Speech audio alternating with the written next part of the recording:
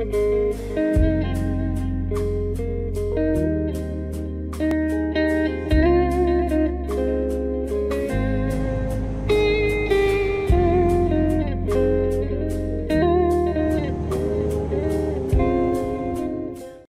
de volta para continuarmos a nossa conversa aqui com Josimar Paiva, Nilcivan e Orziro. Orziro, quais são os principais autores que defendem essa corrente deísmo? Olha, dentre os mais conhecidos, eu vou destacar dois nomes aqui, o Jean-Jacques Rousseau e o Voltaire, né?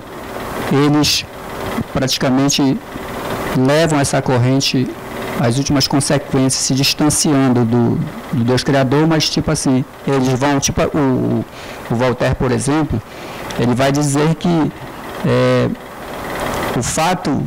o relógio prova a existência do relojoeiro e o mundo prova a existência de Deus, né? Do Deus teísta, ou seja, apenas aquele Deus que cria, mas que não vai sustentar esse universo e não vai intervir, né? Os grandes problemas que surgem em decorrência dessa separação, né, que a gente observa, digamos assim, Descartes, ele ainda, apesar de inaugurar a filosofia moderna, né, que vai dar base para a ciência por conta do racionalismo, né, começa então a se distanciar, mas só que a questão é que ele ainda tenta provar a existência do Deus bíblico, do Deus cristão, através, primeiramente, da dúvida, mas da autoconsciência. Então ele vai, através do seu método, né, tentar demonstrar a existência de Deus. Só que, o que é que ocorre, por exemplo, se a gente tem, na Idade Média, digamos assim, o foco principal é Deus, as pessoas buscam conhecer a Deus, buscam falar de Deus para explicar o mundo.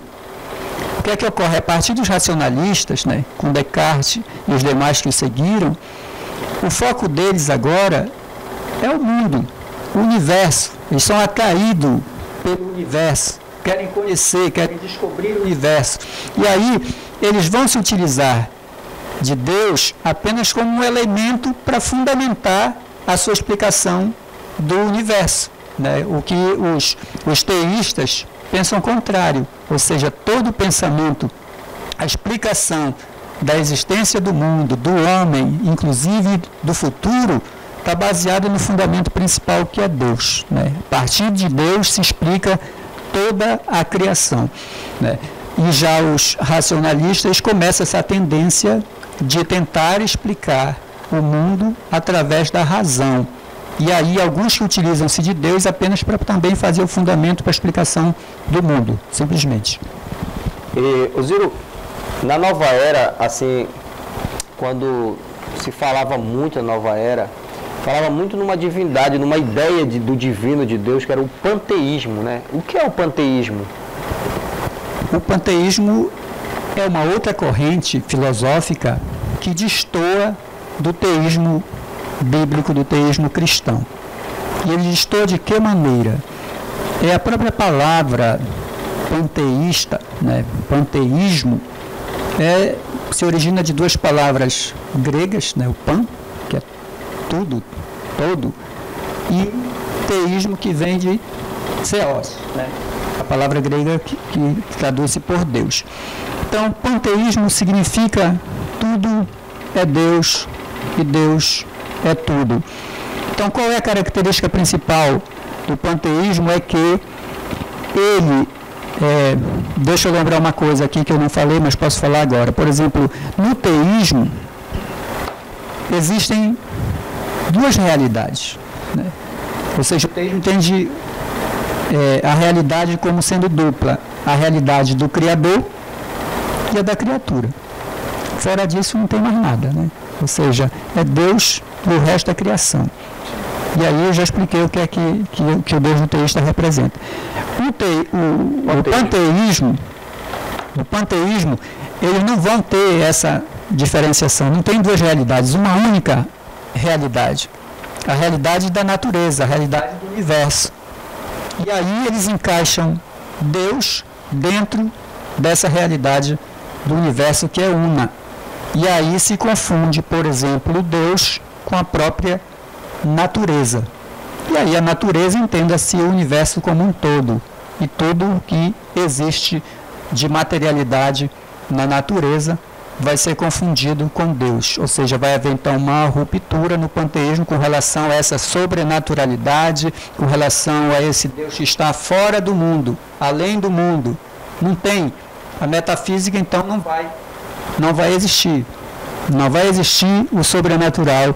E o que existe realmente é a natureza, e Deus vai ser entendido como a natureza. Então, qualquer coisa no panteísmo vai ser entendido como Deus, né? O próprio ser humano, a mesa, a cadeira, o sol, a lua, né? Como extensão, porque o panteísmo, uma das vertentes do panteísmo diz que Deus se emana, ele se emana formando, gerando as coisas materiais. Eunice, pelo conceito de panteísmo, não teria como ser essa ideia de panteísmo, nós temos Deus como pessoa? Penso que não, porque aí o panteísmo, como o próprio Osírio já falou, e outros filósofos também vão defender essa ideia, que tudo é Deus, Deus é tudo, né, vai de encontro com que a teologia judaico-cristã fala e aceita e propaga e defende. Os próprios judeus cristãos, os cristãos, todo o corpo do cristianismo, acredita não nessa forma de um Deus que emana, mas sim um Deus que se relaciona, um relacionamento pessoal, não apenas em que essa mesa é Deus, aquela cadeira ali é Deus, aquela poltrona é Deus. Não, é um Deus que ele está em movimento, ele está com objetivo, né, criou, tem a criatura e ele sendo criador, com o objetivo de se relacionar com esse ser humano que é chamado assim por ele de a coroa da criação. Eusírio, quais são os principais autores que defendem essa ideia do panteísmo?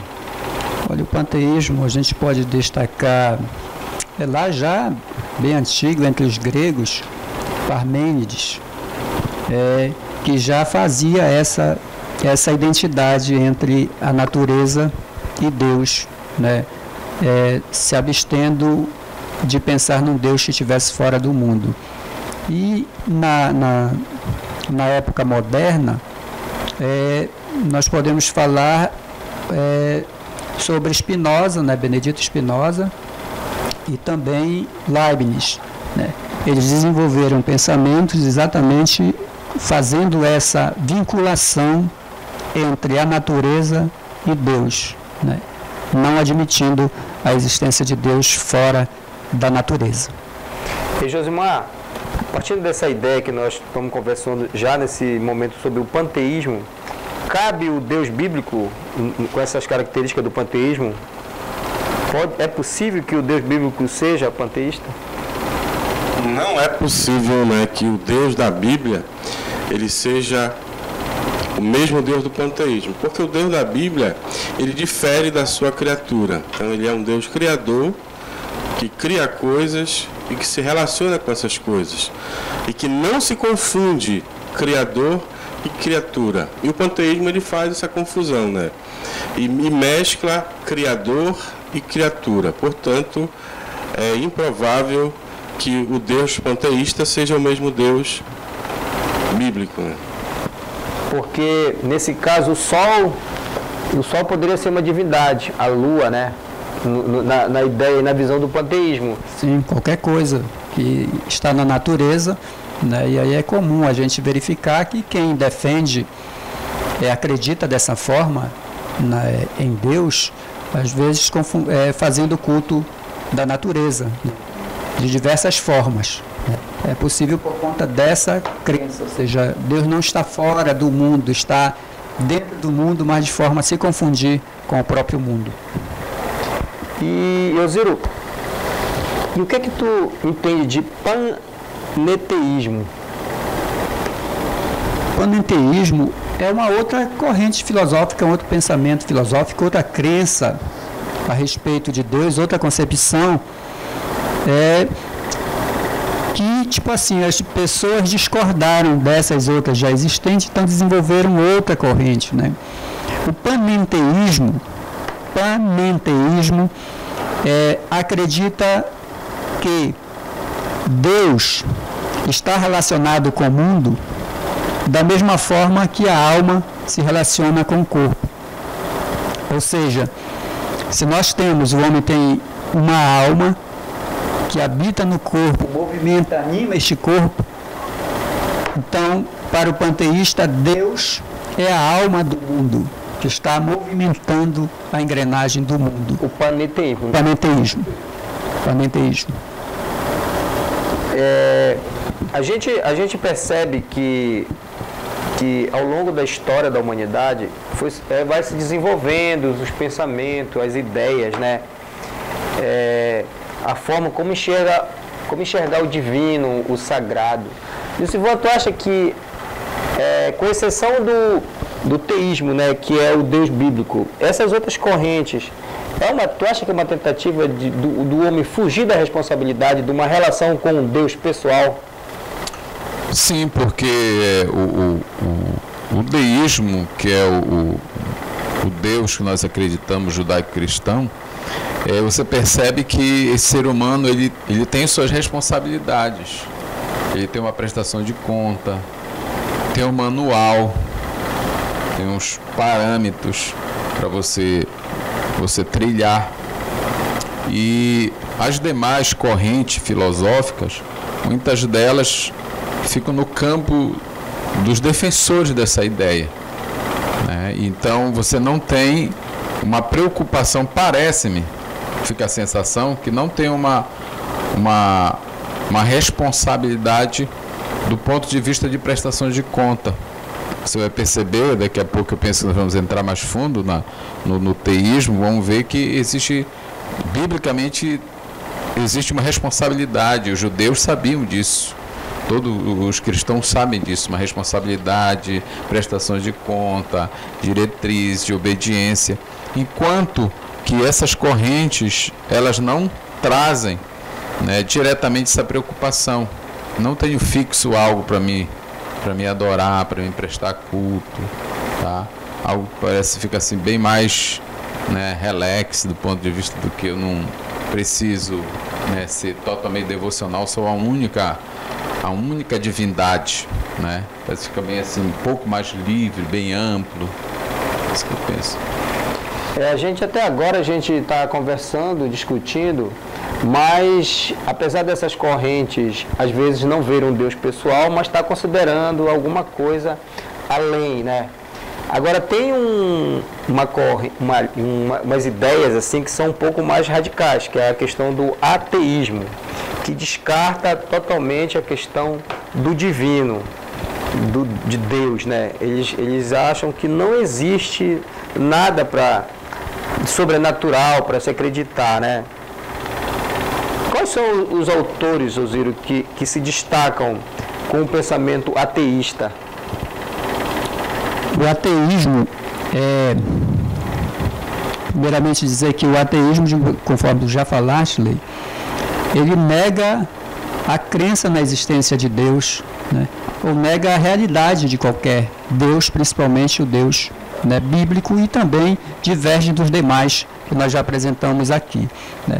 Ou seja, ele realmente vai fugir, né, dessa sobrenaturalidade de pensar na existência de um Deus com quem ele possa se relacionar. E aí, semelhantemente com o que ocorre no panteísmo, mas não igual ao panteísmo, desprezando toda a sobrenaturalidade, vai levar em consideração apenas a natureza, apenas a matéria. Inclusive, o pensamento, eles vão considerar o pensamento como também produto da matéria, né? Produto da matéria. Então, essas pessoas, digamos assim, que desenvolveram esses pensamentos, estava me perguntando sobre os expoentes, né, a gente poderia também falar sobre o agnosticismo, né, que é também uma corrente importante, né, representada pelo Kant. O ateísmo, ele é desenvolvido, digamos assim, por algumas figuras, como, por exemplo, Marx. Né? Por quê? Porque ele vai fazer a ruptura, Karl Marx, né? Ele vai fazer a ruptura, né, com o pensamento cristão, com a tradição religiosa, e vai, digamos assim, se colocar em oposição a todos esses pensamentos cristãos, né, judaico-cristãos. Então ele é um dos principais expoentes, digamos assim, dessa filosofia que vai desenvolver, vai despertar nas pessoas, digamos assim, essa frieza espiritual, para que o homem, digamos assim, acredite apenas naquilo que ele está vendo, que está diante dos seus olhos, né? E isso vai ser, com certeza, vai trazer umas consequências muito sérias para a sociedade. O Nietzsche também, Lei. Bem lembrado a questão do Nietzsche. Ele é considerado ateu e um dos opositores mais ferrenhos, né, do cristianismo e da teologia judaico-cristã. Né? Ele é muito ousado em seus escritos, porque assim mesmo considerando que na sua época já tinham vários pensadores, né, livres pensadores, como os racionalistas, os naturalistas, né, inclusive que desenvolveram, os deístas, desenvolveram a religião natural, né, ou seja, porque nós vamos considerar apenas Deus do ponto de vista racional. Então, o que não caber dentro da razão, então tem que ser desprezado, a revelação bíblica tem que ser abandonada. Então, Nietzsche, apesar de já ter uns avançados, né, digamos assim, a gente considerar os racionalistas e tal, e os naturalistas como já um pensamento elevado em relação à tradição cristã, mas Nietzsche ele vai ousar, porque ele vai escrever, digamos assim, coisas que para a sua época, e até hoje escandaliza, digamos assim, os cristãos, porque ele, primeiro, vai combater ferrenhamente a moralidade cristã. E ele vai considerar que a moral cristã funciona como um aprisionamento, como se fossem agrilhões que estejam prendendo, sufocando a humanidade. O homem se permitiu ser aprisionado pela moralidade cristã, pelo pensamento cristão, e aí ele se coloca na posição de ser o libertador, né? Ou seja, ele vai escrever para esclarecer, para tentar libertar este homem, trazer ele novamente para a liberdade, ou seja, onde ele não tenha mais limites. A questão de virtudes, por exemplo, né, que a moral cristã apresenta, Jesus, que é o principal representante, né, o Deus cristão humano que se humanizou para vir estar entre nós, então ele vai falar sobre as bem-aventuranças, né, como é que o homem deve se comportar. Se você, levar uma bofetada de um lado, você deve dar outro. Se alguém lhe obrigar a caminhar 1 milha, você deve caminhar 2 milhas. Que você deve, né, ser pacificador, que você deve perdoar, que você deve amar o próximo e ao inimigo. Então tudo isso soa muito ruim para Nietzsche. Ele não suporta essa educação cristã, moral cristã, então ele vai trabalhar para destruir, para desfazer esse pensamento cristão. E ele chega ao ponto, digamos assim, de um dos seus escritos ainda, né, colocar um aforismo que decreta a morte de Deus. Ou seja, claro, combatendo toda espécie de sobrenaturalidade metafísica, mas o propósito dele, evidentemente, é que toda essa crença, todo esse conhecimento, esses conceitos de Deus, do Deus cristão, ele seja realmente apagado da mente da sociedade. A gente vai para o intervalo e a gente vai voltar para estar questionando uma das frases de Nietzsche, né? Que Deus está morto. Daqui a pouco a gente volta para continuar a nossa conversa.